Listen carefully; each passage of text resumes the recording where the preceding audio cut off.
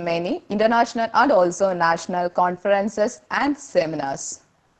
It is both an honor and privilege to have a renowned personality with us. Let me welcome our respected teacher, Sumesh sir, to deliver the welcome speech.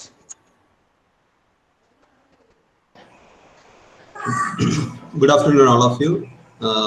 It is my privilege to welcome my dearest friend, Ms. Rajesh VK, to hand over the session. എല്ലാവരും വിശാല പറഞ്ഞതുപോലെ വളരെയധികം പ്രഗത്ഭനായ ഒരു അധ്യാപകനും നിരവധി സെമിനാറുകളിലും അതോടൊപ്പം തന്നെ മറ്റ് ഇൻവൈറ്റഡ് ടോക്കുകളും ഒക്കെ നൽകിയിട്ടുള്ള ഒരു അധ്യാപകനാണ് ശ്രീ ആദർശ്. വളരെയധികം കാലമായി ഞങ്ങൾ അടുത്ത സുഹൃത്തുക്കളാണ്. ഞങ്ങൾ പഠിക്കുന്ന കാലം മുതലേ പിന്നീട് തുടർന്ന് ഉള്ള മേഖലകളിലൊക്കെയും ഒരുമിച്ചുണ്ടായിരുന്നവരാണ്. അപ്പോൾ ഈ ദിവസം ഇങ്ങനൊരു നമ്മളൊരു ഓൺലൈൻ സെമിനാർ സീരീസ് നടത്തുമ്പോൾ ഒരു ടോക്ക് നൽകുന്നതിനായി ക്ഷണിച്ചപ്പോൾ വളരെയധികം താല്പര്യത്തോടു കൂടി ആ ക്ഷണം സ്വീകരിച്ചു. തീർച്ചയായിട്ടും നിങ്ങൾക്ക് ഈ സെഷൻ വളരെ പ്രയോജനകരമായിരിക്കുമെന്ന് എനിക്ക് വളരെ ഉറപ്പുണ്ട്.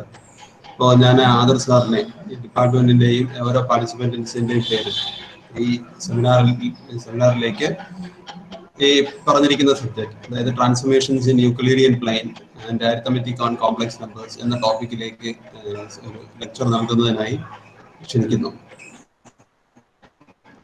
Thank you Sumesh. Thank you, sir.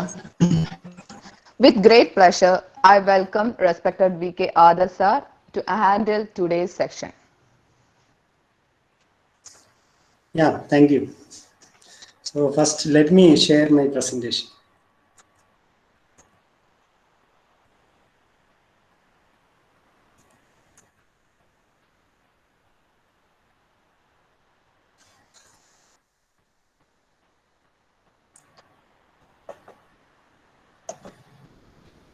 Okay, so first of all, let me thank my friend Sumesh and also St. John's College for giving me an opportunity to share some knowledge with you.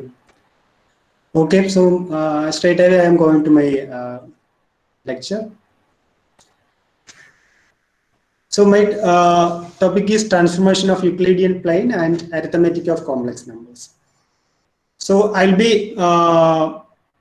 doing some geometrical things, and in between I'll be switching to GeoGebra and show some dynamics to illustrate whatever I am presenting. Okay, that's my way of doing this. Okay.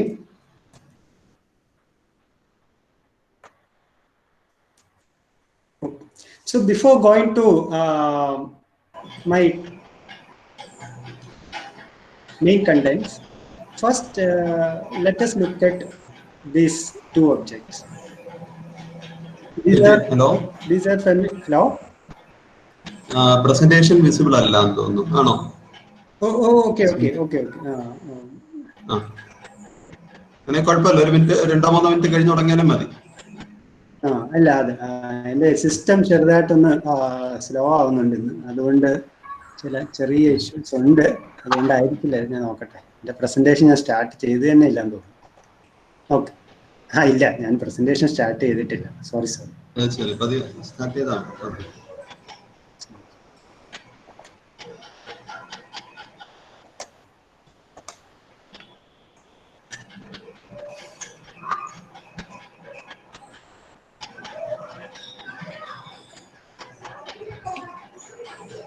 Is it okay now? Presentation. Okay.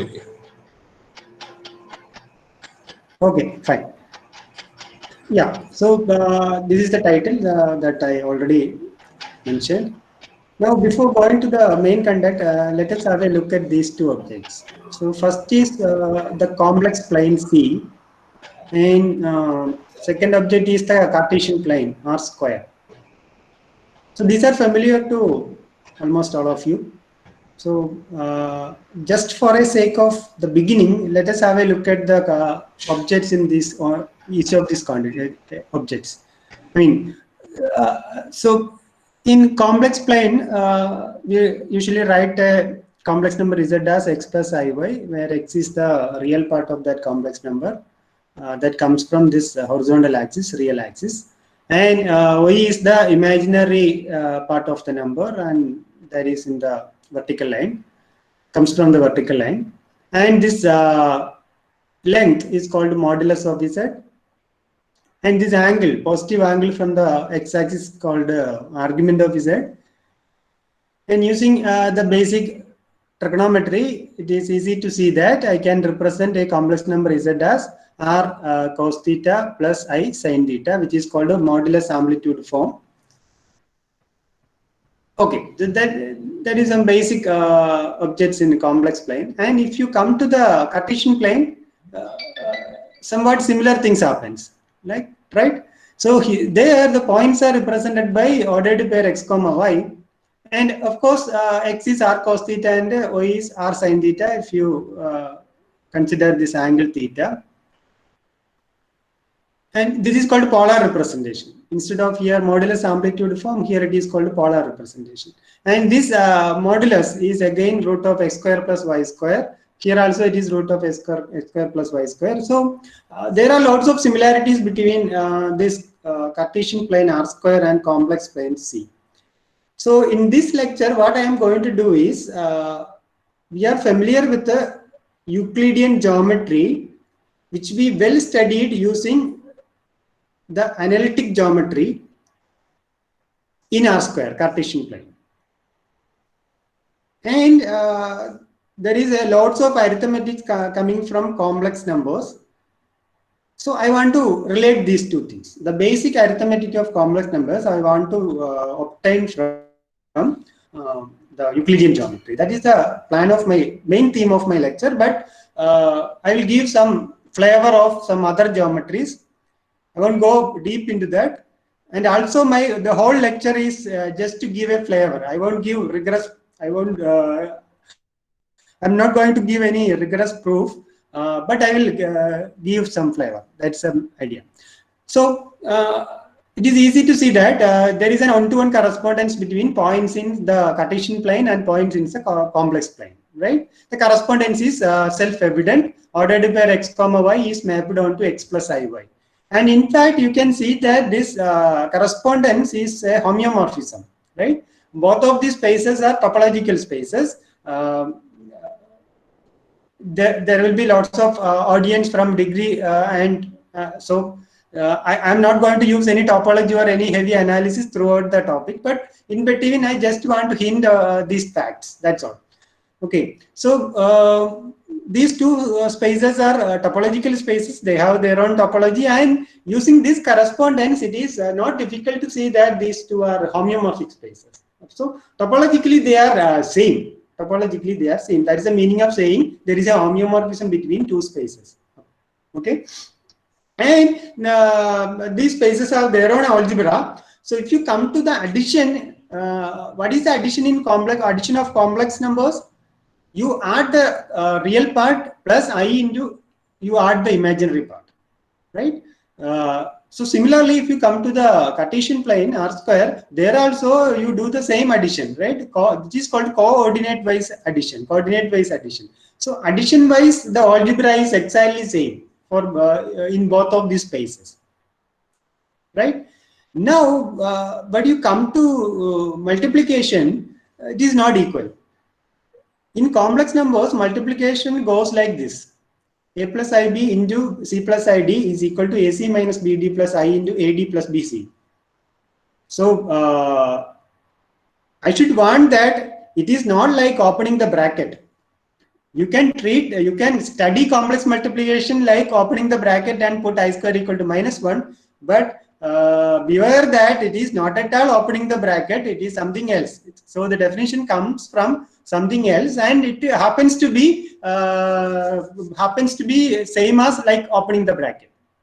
Okay, now if you come to the multiplication in R square, it is coordinate wise multiplication that comes very naturally. The first one, a complex multiplication, is not that much natural.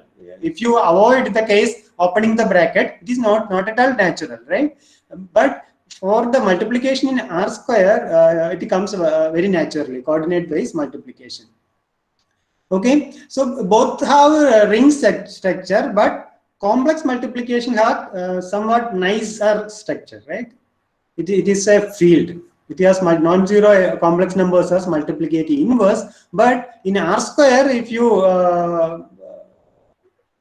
if you impose the coordinate based multiplication in R square, it is not an integral domain. You can verify that. I'm not going to use any of these facts in my coming slides, but they have lots of similarities, and the multiplication is the crucial fact which discriminate R square and C. One crucial fact, right? Okay. Now, what is the motivation for this multiplication? My aim is to give a geometrical motivation for this multiplication. Okay, and some more fact I want to share with you. Why this topic? Why I am concerned with this question? Because I am not at all a geometer, or my topic of research or area of interest is not at all geometry. But the choice of this topic is more or less like pedagogical. In our college mathematics, if you see, the geometry in college mathematics are usually not done properly. There are a number of courses which deals with the geometry, but we rarely draw any figure on the board to teach that subject. Without drawing any figure, we can almost do all these courses, like even topology or differential geometry or algebraic topology. One exceptional case is algebraic topology. There you have to draw some figure. But so in higher mathematics, at least in Kerala, geometry is not treated that much important. Okay, so that is one reason why I am choosing this topic. And the second is, we know Euclidean geometry very well. So what are all the transformations in Euclidean geometry? How to characterize the transformations in Euclidean geometry? That is one important part I want to share with you. And why I am taking that transformations, that naturally gives you the complex arithmetic. Okay. Now, because of all these things and all the generalizations that I am going to do, we can have a look at some of the other geometries, like you may be knowing non-Euclidean geometry, and some beautiful generalizations. The same method what I am going to do in R square has a generalization to R cube, which will give you the geometry of quaternions. I'm not going to talk about these things, but I will just tell you what is going to happen. That's all I will tell you. So these are my content of the talk. So first, let us slowly start with a very familiar transformation in complex plane or Cartesian plane motions. And before that, what is meant by geometry? First of all, let us have a look at that question. What is the plane Euclidean geometry? So you will have a sheet of paper and you will draw some figures. And what you study about that figures? We can very well study about the size of the figure, area of the figure. That's all we will do about the geometry. No, what we will do is we will group geometrical figures according to some properties, and we study the further properties of that collection together. That's what we will usually do, right? For example, in school mathematics also, we will first study about congruent triangles, right? Congruent figures. And then we study about similar figures, similar triangles. There we only deal with triangles, right? Similarly, we will not draw each figure and study the property of each geometrical object. We'll group them and study. Okay, and that once you did the grouping, then and fix the equality of the figures, then we study about geometrical properties. So that depends on how you group the figures. Okay, group the geometrical objects. Whether you are using grouping according to congruence, grouping according to similarity, or something else. The geometrical properties depends on that grouping. it is more or less like if in topology we study about topological properties. What is meant by topological properties? Topological properties are those invariant under homeomorphism. Like that, you have to first properly define what is your geometry, and then you study about the invariance. That is what you do, right? So first you have to define what is meant by equality. Usually we call congruent, right, for equality of figures. So that can be anything, but you have to properly define what is meant by equality. So this particular thing you should keep in mind in any area of mathematics. If you are introducing a new set or new collection, you have to properly define the equality.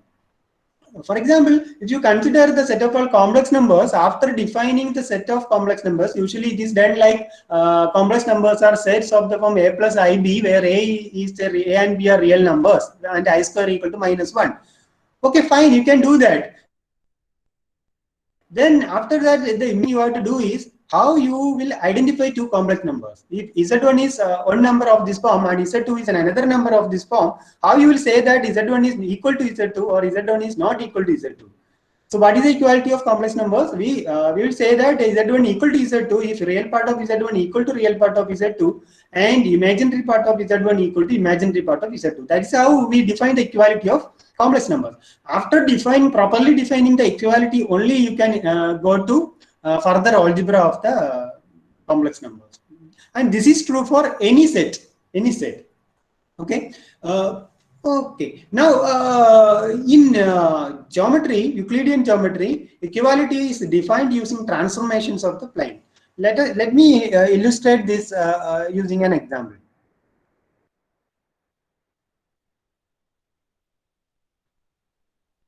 Okay. I will go to GeoGebra to demonstrate that. Okay. Here I have the Cartesian plane on the left side. Let me consider an object. In most of the cases, I will consider a polygon. I mean, in particular, a triangle to avoid confusions. That's a easy object to consider.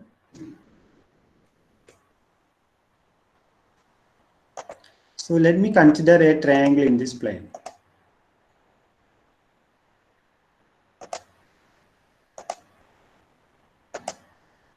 Okay. Now suppose that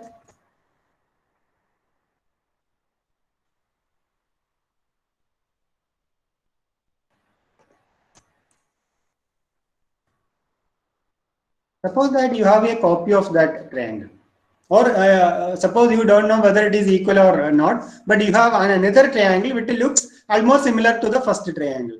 Okay, how will you check whether these two are equal? So one immediate way is you just take this triangle and try to place this triangle over to the first triangle and check whether they coincide, right? But in plane geometry, in two-dimensional thing, this kind of idea is not at all possible. Why? Taking a triangle and move to the other triangle means you need at least 3 dimensions, right? You cannot do it in 2 dimensions. Okay, so that kind of idea will not work in 2 dimensions. So what is the next option? Next option is you consider one more plane. Suppose it is a virtual plane, a transparent plane, and consider the second triangle on that transparent plane. Now what you will do? You will transform the entire plane, and you try to place the second transparent plane over the first plane in such a way that these two triangles coincide. You will do what kind of motions you will do? You will just translate, you will try to rotate, right? These are the usual thing you will do for this purpose. Okay, to coincide the axis, you will do sometimes you will do flipping also, right? So this is what we are going to do for a transformation. To match two objects in a Euclidean plane means it is like you transform the entire plane in such a way that the first object becomes the same as the second object. Okay, that the both objects coincide. Okay, so this kind of motions are like distance preserving motions. Right? You want to match two objects, so the motion should be distance preserving. So these motions are usually called a rigid motion or isometry, distance preserving maps. So a motion, I define a motion. Hereafter, motion means they are distance preserving maps. Okay. Now here is it. Any 2 points A and B is equal to the distance between their images. A prime equal to M of A and B prime equal to M of B. So then distance between A prime and B prime is equal to distance between A and B. That is meant by distance preserving maps. So let me show one more example.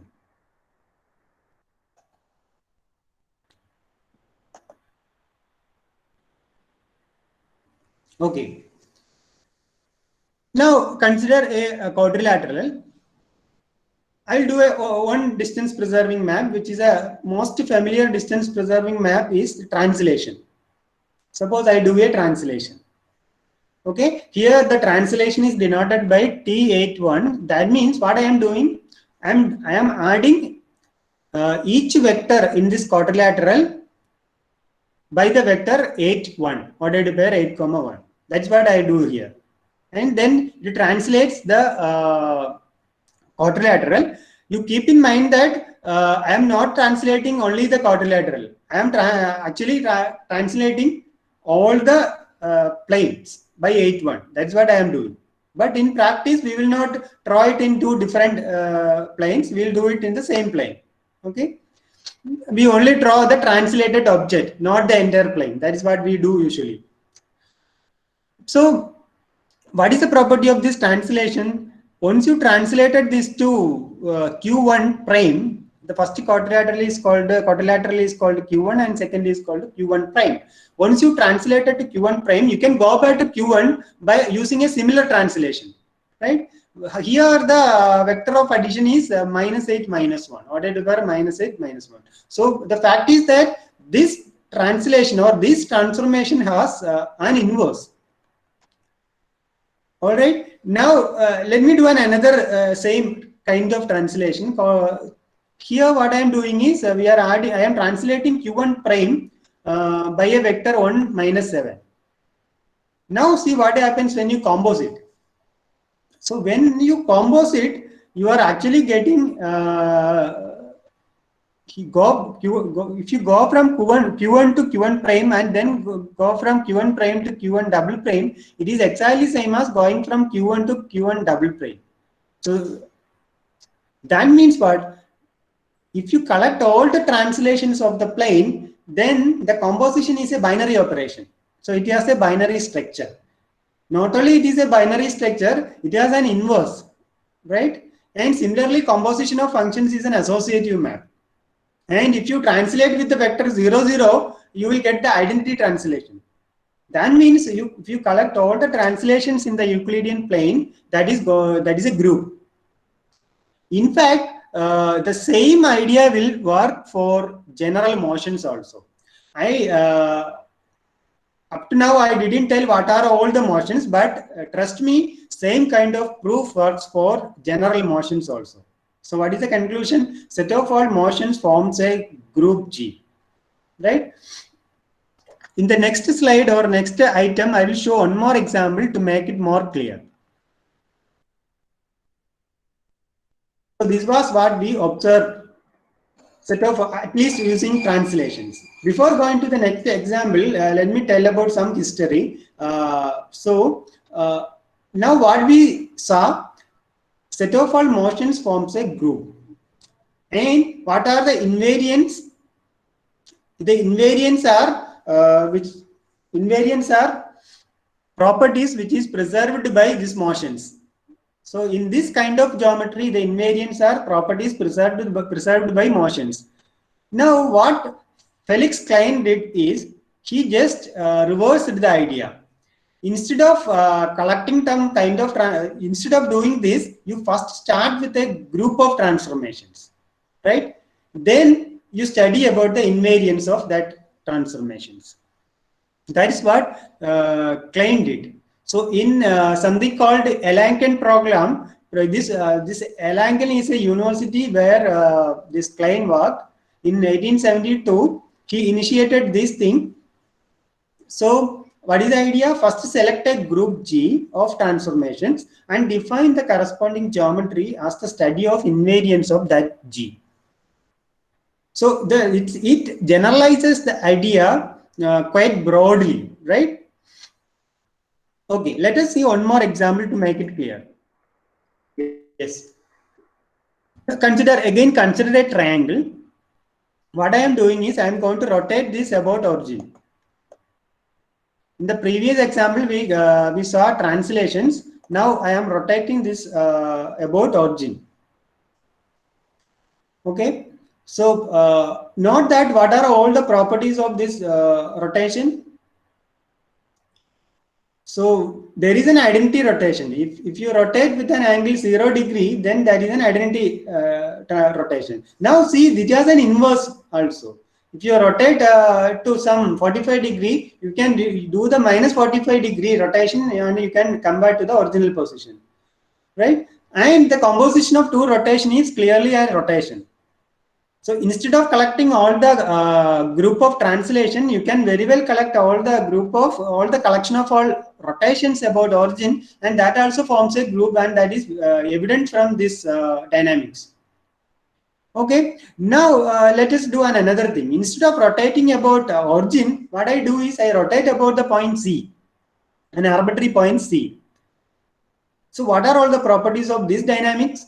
Again, it has an inverse. The composition is again a rotation about the point C, and there is an identity rotation. And a beautiful thing is that this geometry is confined to the disk, this disk, right? So instead of studying the geometry in the whole Euclidean plane, you can very well study the geometry of this disk if you consider only rotations or some other motions, other transformations which is confined to this disk, right? So that is the idea of Klein. You can start with an arbitrary domain or arbitrary collection of transformation, which should be a group, and you can study about the invariance of that group on that domain. Okay, so up to now what we saw is the group of motions contains translations and the rotations about origin. You can very well fix some other point and do the same thing. The set of rotations on a disk about a point C forms a group. That is another example that is not usual. There we are not considering, okay, I mean, what? All the points in the Euclidean plane. Okay. Now let me slightly go out of the main topic that I assured in the first slide, that I will tell something about the geometries other than Euclidean. Because of this broader sense of geometry put forward by Klein, we can have another kind of geometries. These geometries are not initiated by Klein, but this idea was very well helped to study more about these kind of geometries: projective geometry, spherical geometry, hyperbolic geometry. So these are some images related to these kind of geometries. I'm not going to talk more about these things, but you see, if you consider this third image, which is hyperbolic geometry, there you consider a triangle. So whatever you do draw in Euclidean plane, you can draw in these planes also, these different planes also. Here, see, in this triangle, some of the angles is not 180. It is very much less than 180, right? So if you study other geometries, the properties may not be preserved, like Euclidean geometry, like parallel axiom, etc., etc. So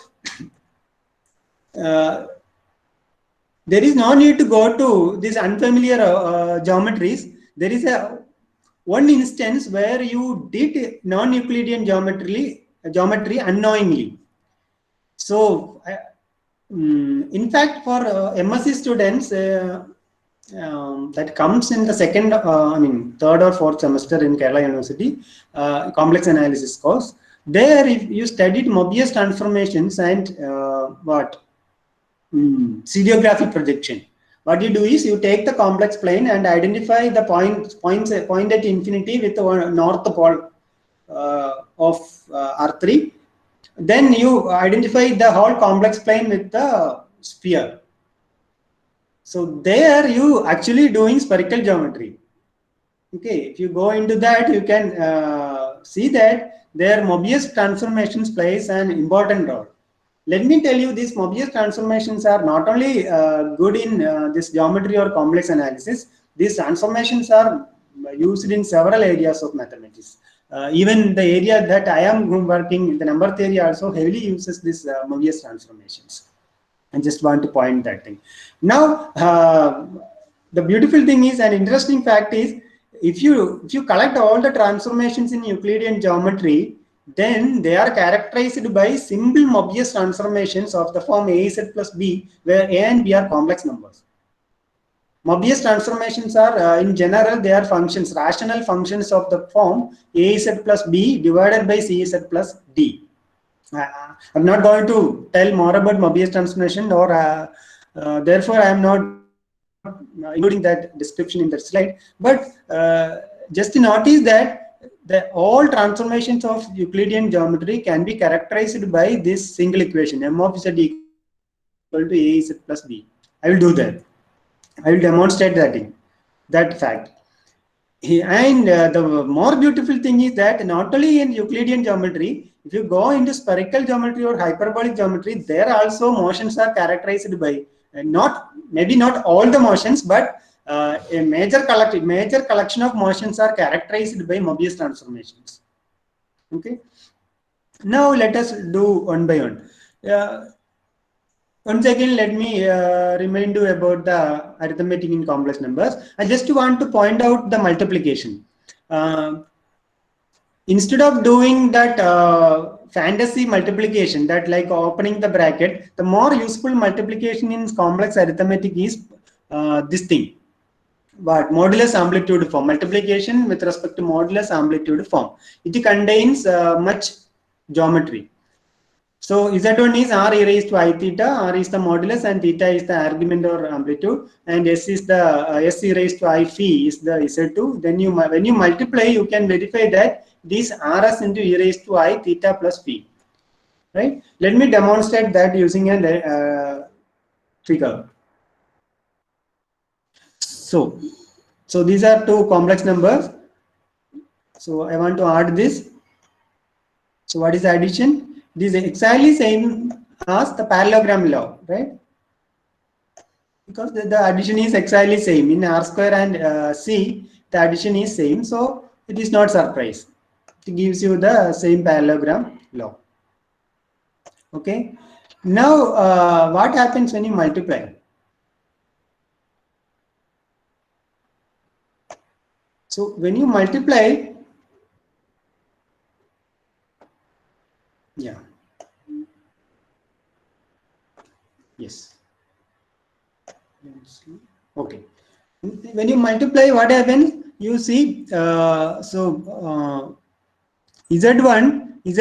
has the argument theta 1 and Z2 has argument theta 2. When you multiply, the argument got added. So I think I have to do confined to the first quadrant. Otherwise, I will be running into trouble because of the negativity of the angle. So I will demonstrate it using the first quadrant. Okay, fine. At least for this easy case, you consider theta 1 as the argument of Z1, theta 2 as the argument of Z2. Then when you multiply, the angle get added, right? This is theta 1 plus theta 2. Now the argument is the argument of Z1 into argument of Z2. Now another geometrical fact you have to notice is complex multiplication rotates and changes the magnitude. That's what it did, right? Complex multiplication. If you multiply Z2 with Z1, what Z1 does to Z2? or Z2 does to Z1, it changes the magnitude and rotates. Okay, this is the geometry of complex multiplication. What is the observation? Multiplying with e raised to I theta. Sorry, I have to come to that conclusion after this demonstration. Now you consider a particular case. Instead of doing an arbitrary Z2, I will take an e raised to I theta. What is e raised to I theta? Cos theta plus I sin theta, where theta I will vary. Now theta is 0, that means it is just Z1. Let me vary theta. See what happens? This Z1 is rotated to Z2. The magnitude is same, but the angle, the theta is added to the angle of argument of Z1. Right? When you multiply with e raised to I theta, what it does, the dynamics is, it rotates Z1. That's what it did. So that is a simple but important observation. Multiplying with e raised to I theta gives all the rotational motions about origin. Right? All the rotational motions about origin. Fine.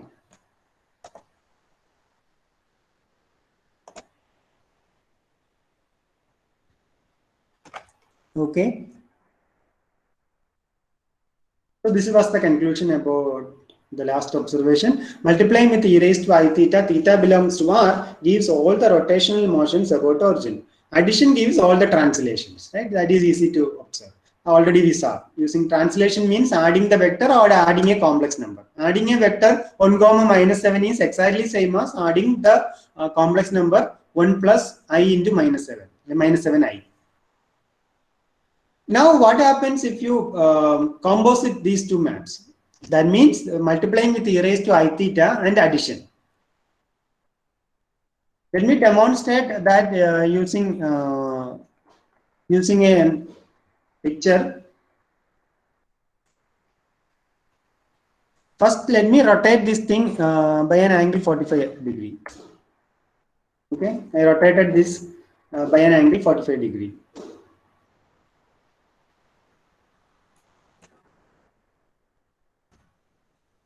And I do a translation by a vector 1 comma minus 2. Okay, I translated. So this is the composition of rotation and translation. You can get back to the original figure by do the inverse translation. Then do the inverse rotation.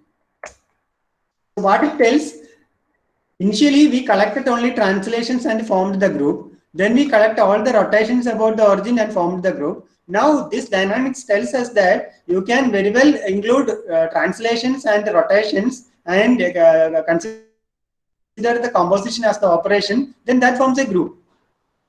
Right? It is not difficult to see. That forms a group. And another thing you have to observe is, while I was rotating this figure, actually I didn't rotate each point of this image by minus 45 degree or 45 degree. So let me show you.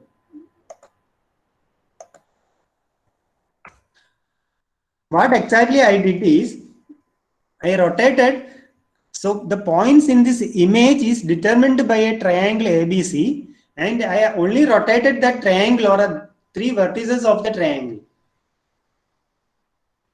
Just to see what happened. Actually, I am translating the triangle, not the image. So I have to only take care of the three vertices, not the entire points of the image. This is very important in computer graphics and all. So next, what I am going to do is I will demonstrate that idea. So naturally, the question is, I already told about rotations and translations. Will it constitute all the motions? No, there are some other motions, but it constitutes most of the motions. A motion is uniquely determined by its effect on any triangle. That's what I just pointed out. Let me demonstrate that idea using another dynamics. Okay. Here I have a triangle ABC. I want to study the motion of D. Here I don't know whether I am doing rotational or translation or anything. I just want to know the position of D after the transformation. Okay. Before determining the position of the image, how the position of D is determined by the vertices of the triangle. If you consider the distance from the vertex B, then there are infinitely many points which is at a distance, this BD. So you consider one more distance, the distance from A. Now the choice becomes very less. There are only two choices having these distances, right? There are only 2 points B and E, which has the distance BD from B and AD from A. Now, if you impose one more distance, then the point is unique, right? So it is like a three circle theorem or something like that. If there are three circles which intersect at a unique point, so the only choice is D. Now, suppose I do a transformation.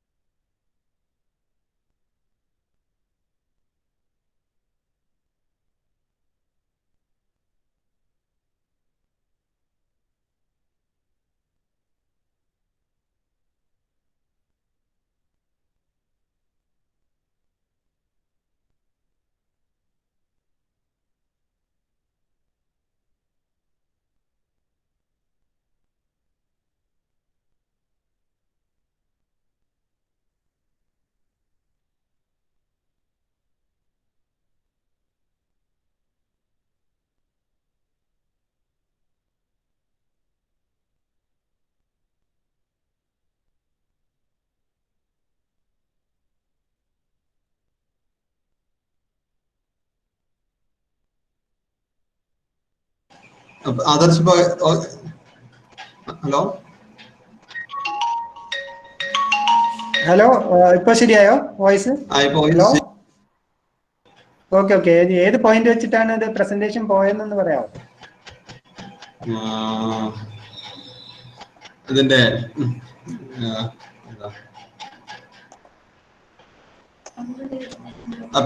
Presentation on ചെയ്യാവോ? ഞാൻ on ചെയ്യുന്നു.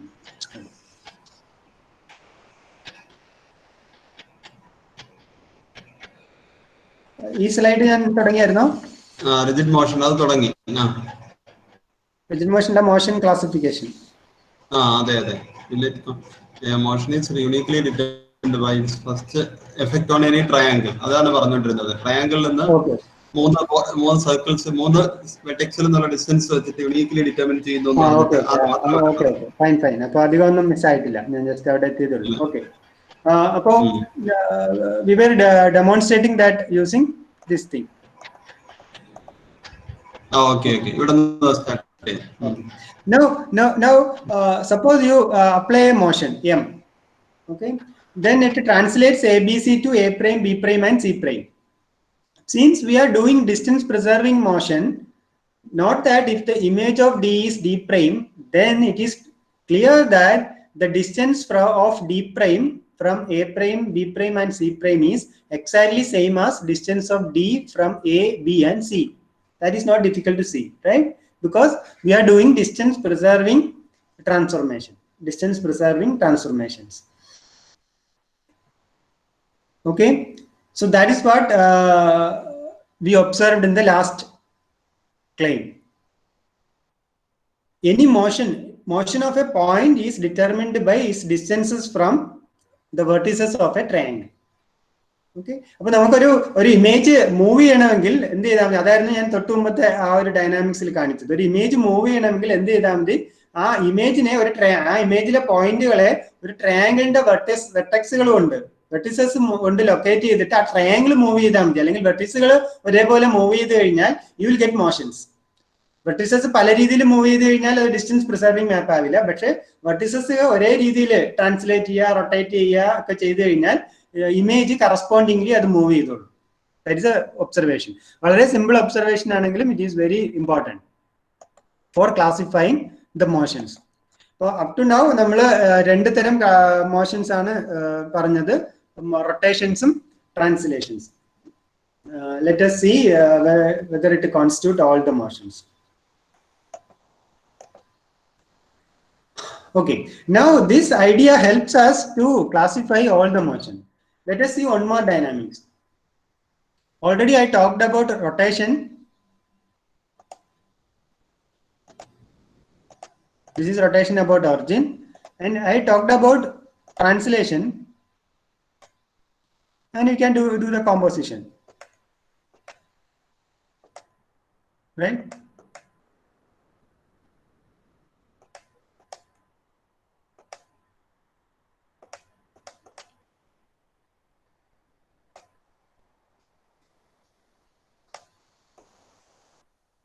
Okay, now there is another distance preserving transformation. This thing, what is this? Here what I did is I flipped the image, flipped the figure about the x-axis. This is clearly a distance preserving map. This is clearly a distance preserving map.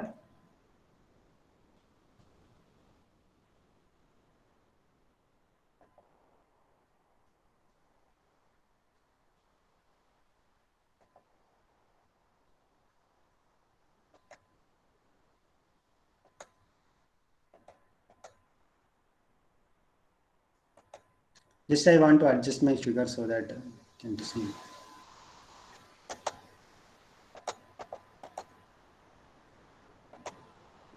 Okay, fine. So this is clearly a distance preserving map, but what happened is the angle alpha, here is my ABC, that alpha is changed to minus alpha. Okay, now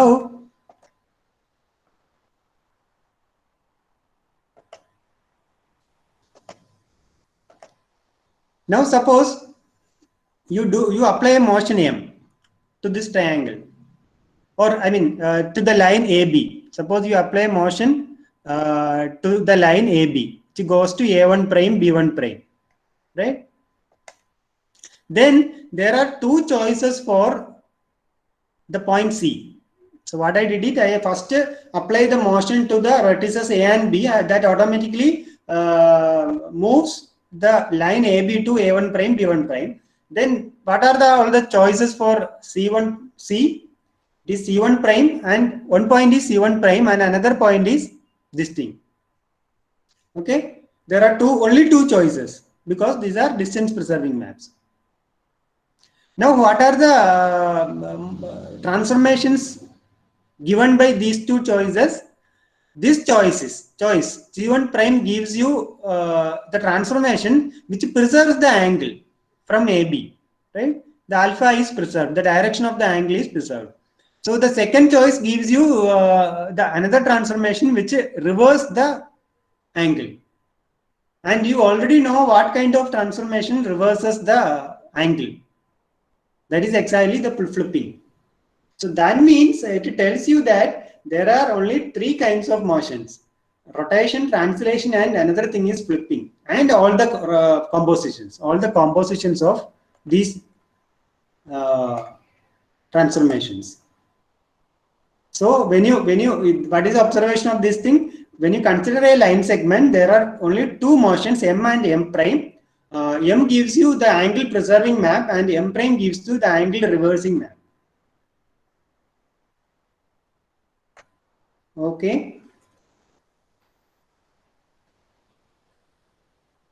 So this is what we saw.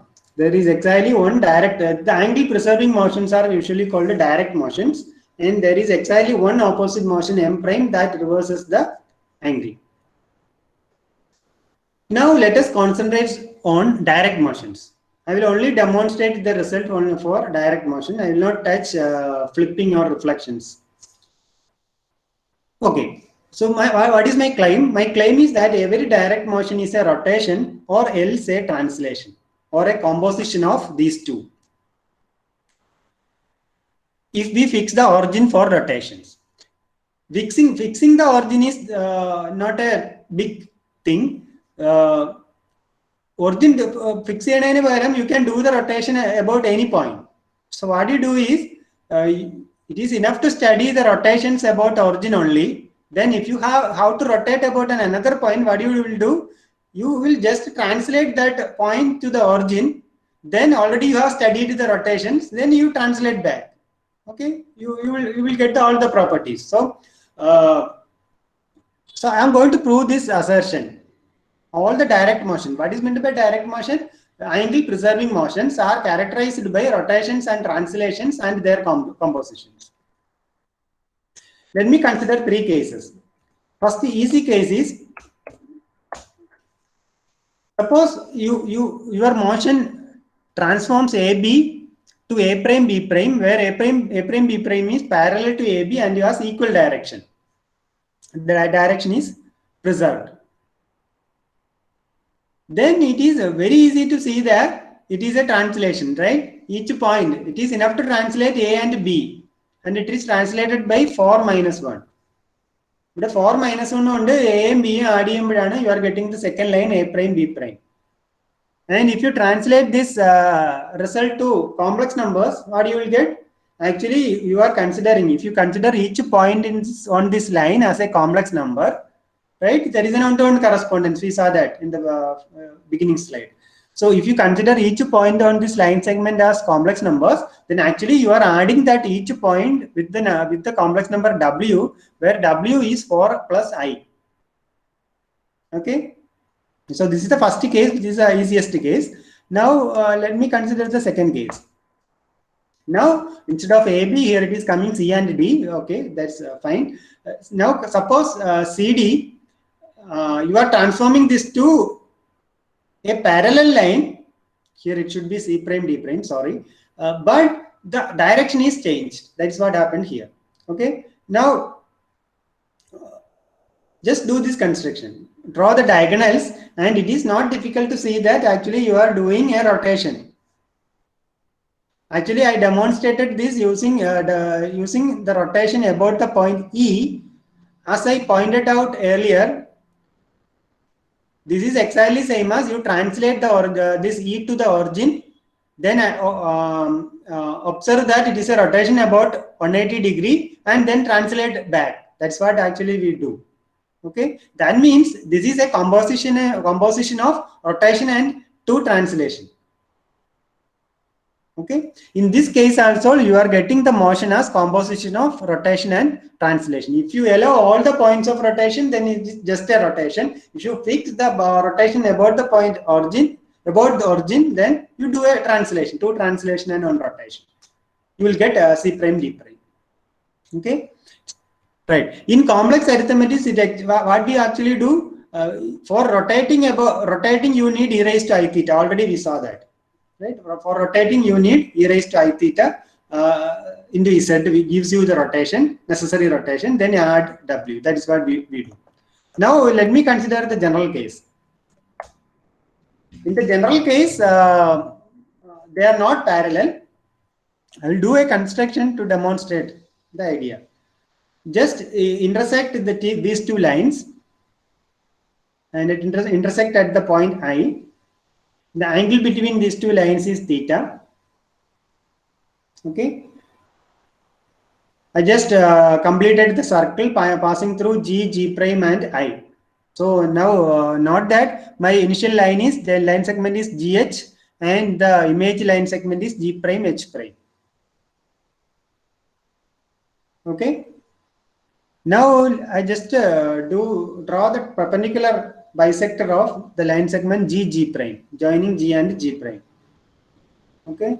Now, by the property of circles, these two angles have the same measurement, theta, right? It is subscribed by the same chord G prime on the circle, I1. So that angle is exactly theta. Now it is self-evident that if you rotate this G about the point O is here, about the point O, through an angle theta, anti-clockwise direction, then you will land in G prime, right? And it is not difficult to see that the direction is also preserved while you do the rotation. To write the actual full proof, you have to sit and write some algebra. So what you do is you just complete this triangle. O and H you join. Then you join O and H prime. Then it is self-evident that these two are congruent triangles.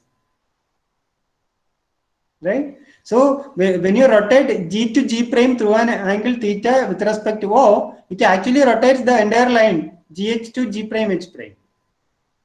You just experiment with H and H prime also. Then you will see. If G and H prime, G goes to G prime and H goes to H prime, then surely the line segment GH goes to G prime H prime. Right? So here also you are getting a rotation about a point O. As I mentioned earlier, to get the rotation about the origin, you compose with the translations. So here also you are getting the exactly same map e raised to I theta into Z plus some W plus a translation.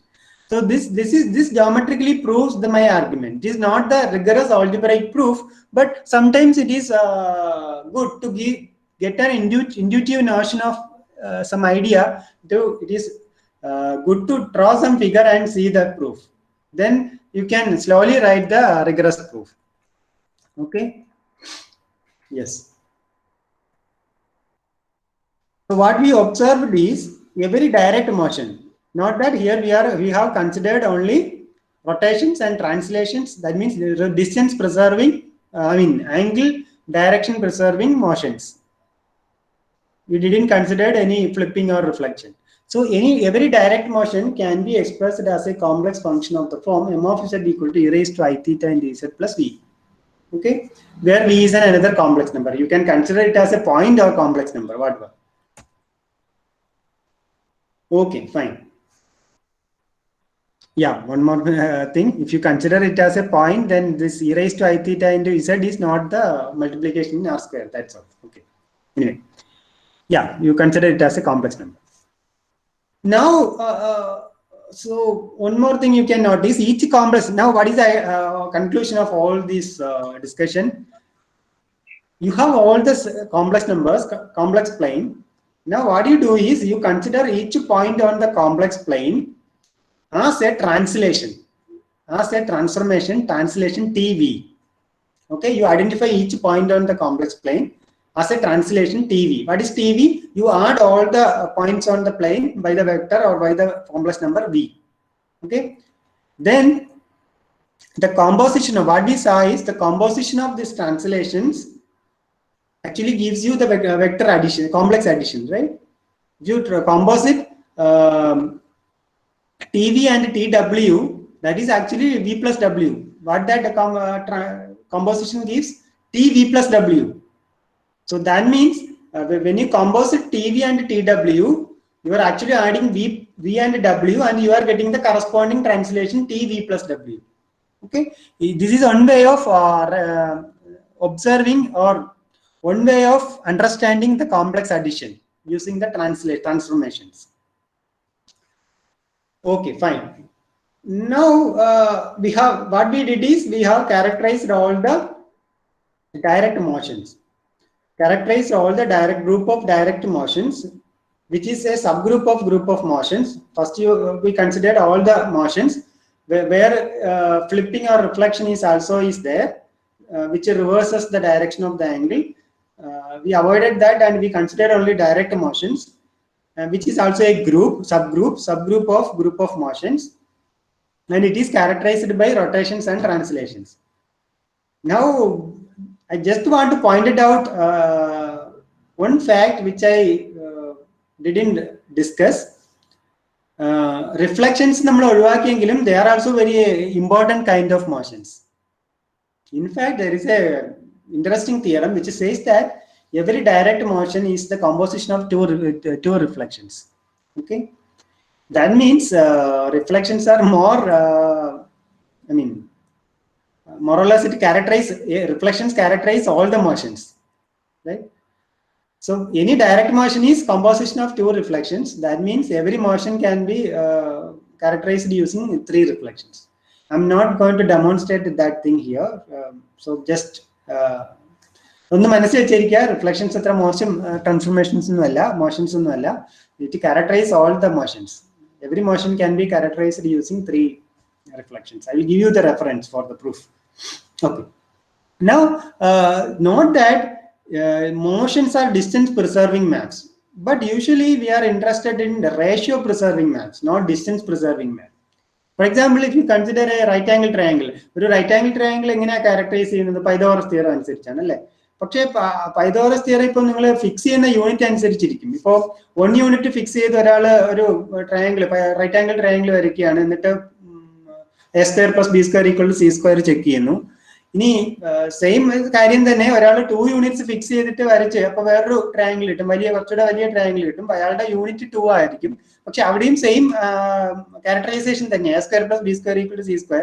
അത് same തന്നെയാണ് രണ്ടിടത്തും അല്ലെ? അവിടെ ആ ഒരു relation മാത്രം നോക്കിയാൽ നമുക്ക് ആ ട്രയാങ്കിളിന്റെ ഡിഫറൻസ് മനസ്സിലാവില്ല. അപ്പോൾ നമ്മൾ കൂടുതൽ മോഷൻ ഡിസ്റ്റൻസ് പ്രിസർവിംഗ് മാപ്പിനേക്കാളും കൂടുതൽ നമുക്ക് ആവശ്യം റേഷ്യോ പ്രിസർവിംഗ് മാപ്സ് ആണ്. So they are called similarity transformations. A similarity S is a mapping of the plane to itself that preserves ratios of distances. Let us see an example.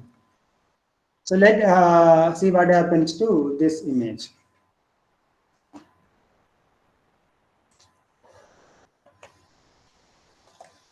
Okay, here note that for the actual figure, if you consider 3 points A, B, and C, then find the ratio AB by BC. It is 0.86, and then in the transformed figure, corresponding points are A prime, B prime, and C prime. Then the ratio is preserved. So this is a typical ratio preserving transformations, right? So here the expansion factor is 0.86. That expansion factor, it is called expansion factor or dilation factor or enlarging factor or whatever. Okay, so this is an example of this is not a motion, it is not distance preserving, so it is not a motion.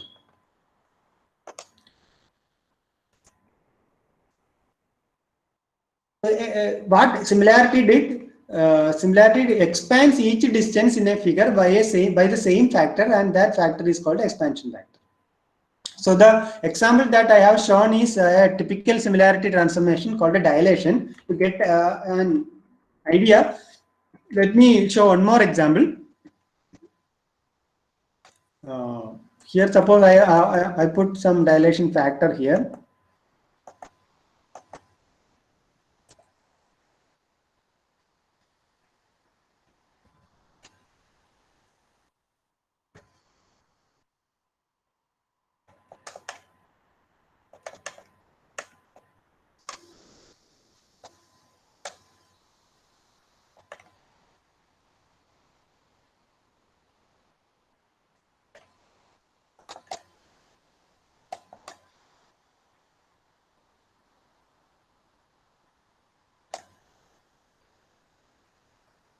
Just a minute, I got some problem with that file. Let me open that once again.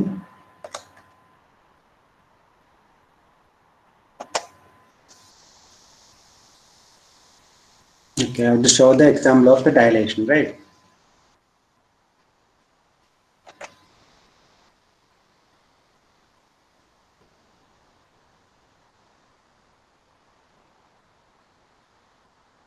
Just a minute, I'll show you.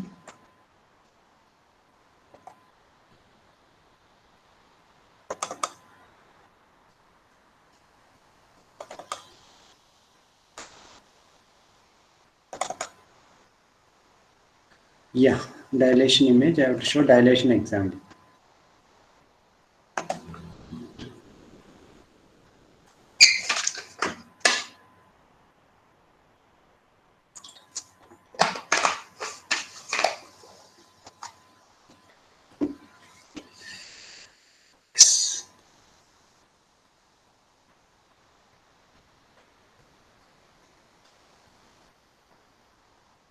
Okay. Okay. Let me give say 1.2. Okay. Each of that figure expands. It expands. The expansion is confined to that radial lines, right? ഓരോ ഫിഗറിന് ഞാൻ വരച്ചിരിക്കുന്ന ആ radial ലൈനിൽ കൂടെയാണ് അത് expand ചെയ്യുന്നത്.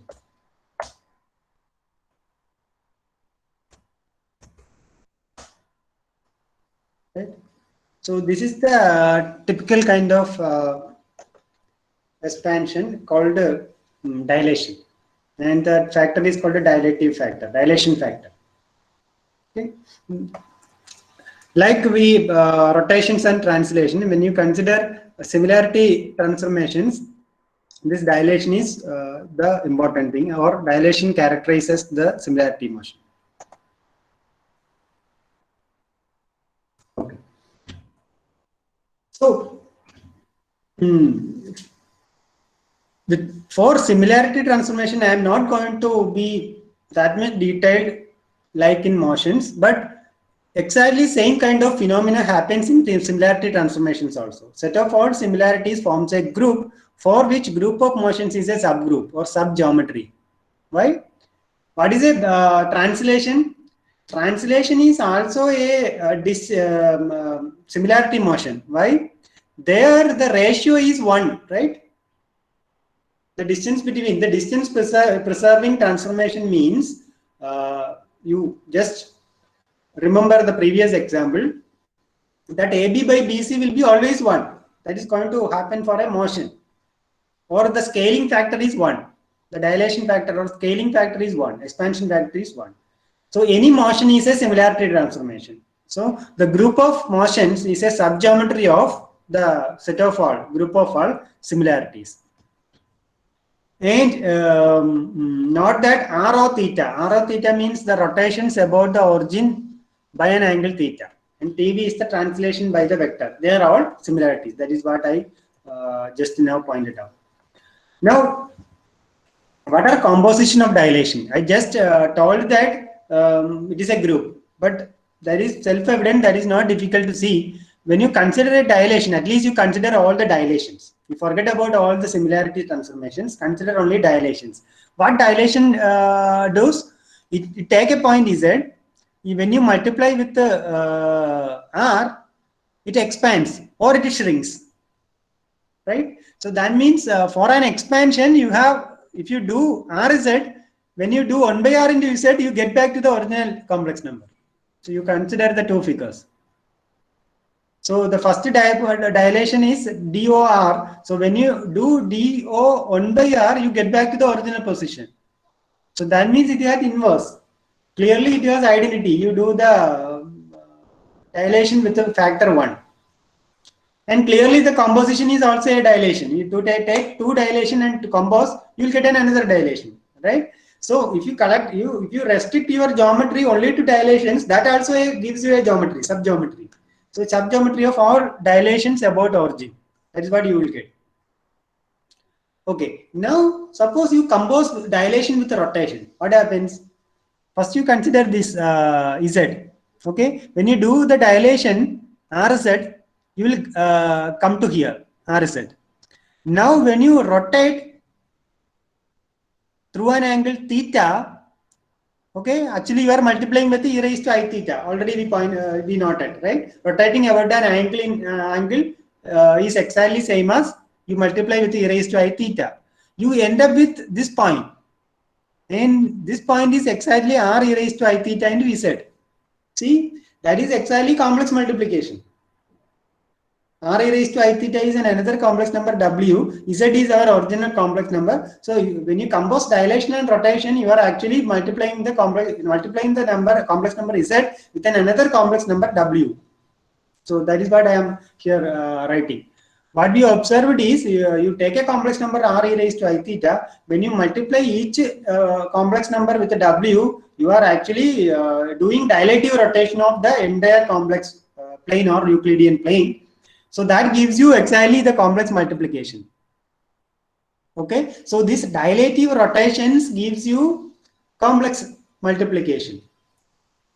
So that means, as in the case of translation, there what we did, we identified each complex number with a translation. Then composition of translations will give you complex addition. Similarly, if you consider all the dilative rotations, okay, you consider all the dilative rotations, then composition of dilative rotations gives you complex multiplication.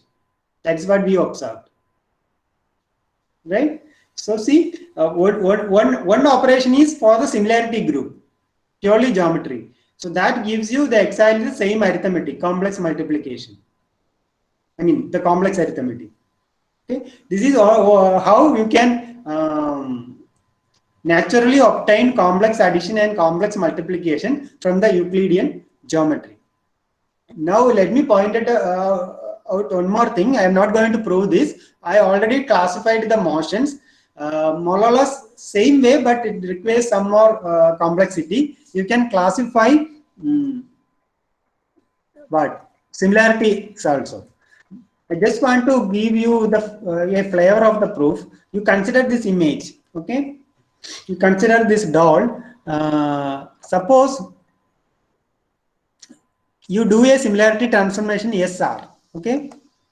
I do a similarity transformation SR. This is tech. I have to open this once again. Sorry, just a minute.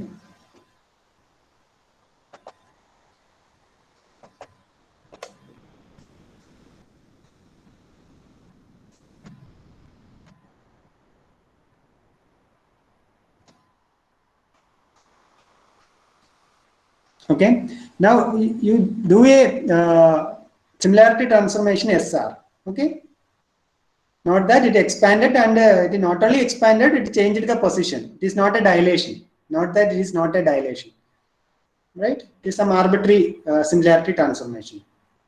Now you do. You already know the dilation factor. Sorry, similarity expansion factor. What is that? You just do the dilation 1 by r with respect to a point P. That P I have chosen somewhere here in this here. That is an arbitrary choice, but that arbitrary choice depends on the next step. Okay, just observe. I have chosen a point somewhere below the original figure, and I did the dilation 1 by r. Okay. Now I have to come back to the original position. What I have to do?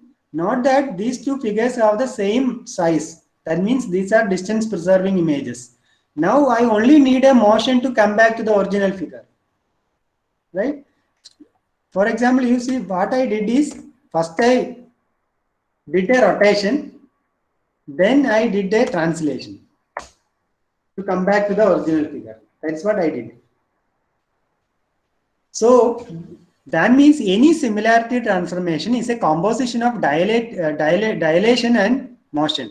Or in other words, any similarity is a composition of the dilative rotation and a motion, or dilation and a motion.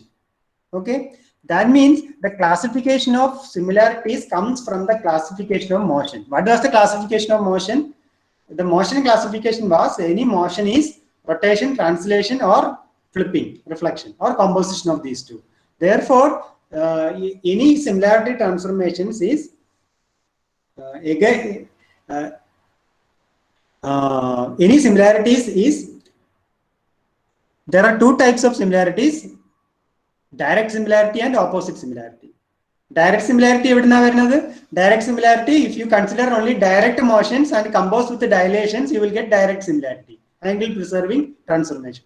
If you consider also reflections or flipping and compose with the dilations, you will get opposite similarity. Okay. So this was the conclusion. Every direct similarity is a dilative rotation. Like in the direct motions, now you arrive at the conclusion. Any direct similarity is a dilative rotation or a translation. This thing I am not going to prove rigorously like in the previous case. We consider all the three cases, right? Similarly, you can prove the fact. Geometrically, you can prove the fact. Okay. Hence, all these discussions, what we observe, hence the complex arithmetic gives you all the direct similarities of the plane. Okay, all we need is, first we needed addition with complex numbers and multiplying with e raised to I theta. For the similarity transformation, we need multiplying with arbitrary complex number. So every direct similarity SR can be expressed as a complex function of the form SR of Z equal to R e raised to I theta Z plus W. Not that this transformation is not a strange one. Like I pointed out in the beginning slides, this is exactly the Mobius transformation M of Z equal to A Z plus B. The simplest kind of Mobius transformation. In fact, they are polynomials, complex polynomials, where A and B are complex numbers. Okay? Yeah. So this is all I want to share with you. But for the last slide, let me tell something, in fact, more interesting, but I don't want to discuss much about these things. You can take this from here and you can have a look at the spatial complex numbers. If you search spatial complex number, you will not get much materials, but just look at this. Every direct similarity of space R cube, like in R square, suppose you do the same kind of constructions. Okay, what we started from the translation, then rotation, then flipping, then dilative motions and dilative rotations, right? Similarly, proceed in R cube. There, the easy fact is about translation, right? Translation is exactly vector addition. The only thing is you have three coordinates. A, B, C plus E, F, G is you just add point coordinate wise. So translation is easy to observe, but dealing with rotation is in R cube. Rotation is slightly complex. You may be knowing because you have to fix an axis and rotate, right? But after doing all the things, similar things, what you get is, the beautiful thing is this observation. Every direct similarity of space R cube is a dilative rotation or a translation or the composition of dilative rotation and a translation along its rotation axis. Just keep it in mind and just see the analogy. Okay? Whatever we did in R square follows in R cube also, but needs little more effort. Translation is just vector addition. I already pointed out. And the more beautiful thing is that, as in the case of R square, if you collect all the dilative rotations about origin, then a fundamental difference is, in the previous case, in R square, the composition of dilative rotations is commutative. You can just imagine the previous figure. The composition of dilative rotations, like this figure. One. You do this dilation and rotate. When you compose it with another dilative rotation, it goes somewhere here and expands or shrink. But you can reverse the process and end up with the same original thing, right? So for R square it was commutative, but you can see that in R cube it is not commutative. That is one fundamental difference. And the second thing is, you can think like this. You have obtained all the complex arithmetic, addition and multiplication, which characterizes the arithmetic in complex numbers, using transformations of Euclidean plane, right? Similarly, can you obtain something called three-dimensional complex numbers from this geometry? Let it be non-commutative, but somehow can you obtain a system called three-dimensional complex numbers similar to the two-dimensional complex numbers? But you will not get exactly what we expect. You will not get the exact analog of complex numbers to R3, but if you collect all the dilative rotations, you will get a family of numbers, but there the fundamental difference, one big difference is there you need four coordinates. That's a big problem. You will end up with 4 dimensions. You will not confine to 3 dimensions. That is a one huge problem. You will not get the exact analog. But there also you will get something beautiful. This term is very familiar to you, quaternions. If you collect all the dilative rotations and study the corresponding operations, you will get the quaternions. Okay? I mean, this fact is not familiar to, may not be familiar to most of you. You are familiar with the quaternions, and that comes from Hamilton. You are familiar with the quaternions in algebraic point of view, which is introduced by Hamilton in 1843. But 3 years before, Rodrigues observed some geometrical analysis, and he also ended up with the same quaternions, right? Yes, but as happens to most of the mathematics in 19th century, the Prince of Mathematics Gauss already noted these things, but in his unpublished notes. ഗോസിന്റെ unpublished നോട്ടിൽ നിന്ന് ഒരുപാട് വർക്കുകൾ പിന്നീട് regain ചെയ്തിട്ടുണ്ട്. വേറെ ആൾക്കാർ originally കണ്ടുപിടിച്ചു, പക്ഷെ ഓൾറെഡി ഗോസിന്റെ അൺപബ്ലിഷ്ഡ് വർക്ക്സിൽ അതൊക്കെ മാർക്ക് ചെയ്തിരുന്നു. Similarly Quaternions also in 1890, almost 30 years back, Gauss 20 years back, ഗോസും അത് ജോമെട്രിക്കൽ ആണോ ആൾജിബ്രൈക് ആണോ എന്ന് എനിക്കറിയില്ല, but this information is for sure. Gauss already note ചെയ്തിരുന്നു, പക്ഷേ ഇവർ മൂന്നുപേരും they have independently obtained the quaternion algebra.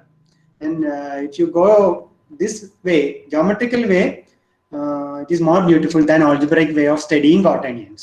Okay, so that's it, and thanks for listening. And just I want to give you a good, excellent reference for this kind of ideas. It is not a usual thing, right? Doing complex analysis in this way is not at all usual.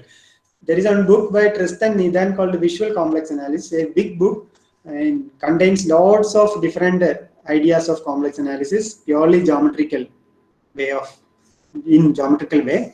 I have taken most of the material, almost 99% of the materials from either from this Tristan Nidan or in references from Tristan Nidan. Therefore, you can only concentrate to this reference.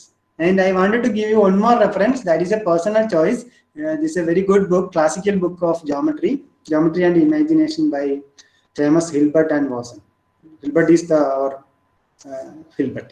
David Hilbert. And this I wanted to read but I have completed only 10%, but it is a very beautiful book. Yes, thank you.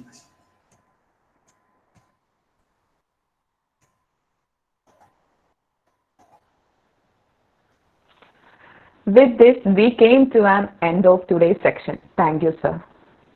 Now, let me welcome one of our participants, Ms. Veena, for the vote of thanks.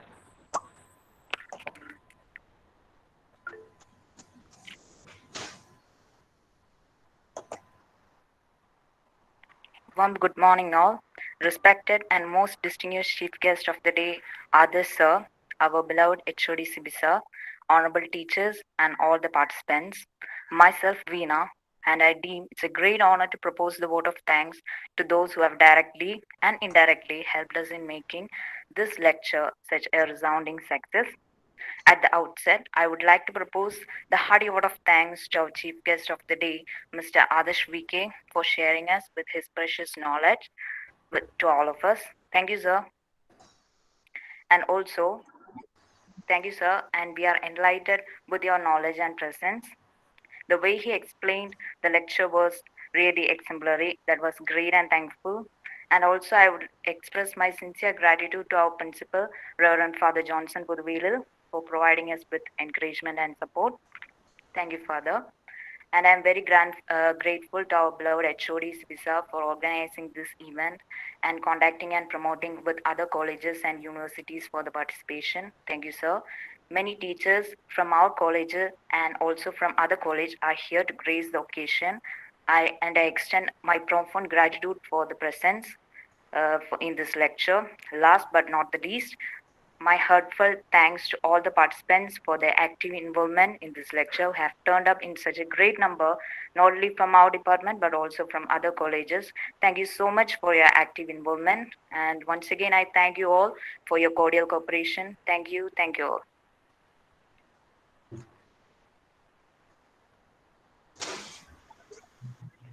Thank you, Here is Adarsh. an announcement.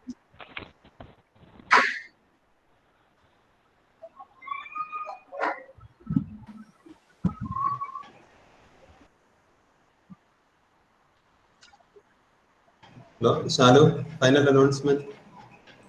Thank you, sir. Here is an announcement. Soon after the class section, a feedback form will be sent to your mail. So please submit this for issuing your e-certificate. Our next section will be on 24th August on the topic An Introduction to Mathematical Optical Control Theory will be conducted by Dr. Anil T. Mohan, Assistant Professor of Mathematics Department, IIT Roorkee. Link for the same will be sent through mail. Thank you. Thank you, Sibi sir. Thank you. Sumesh sir, Tony.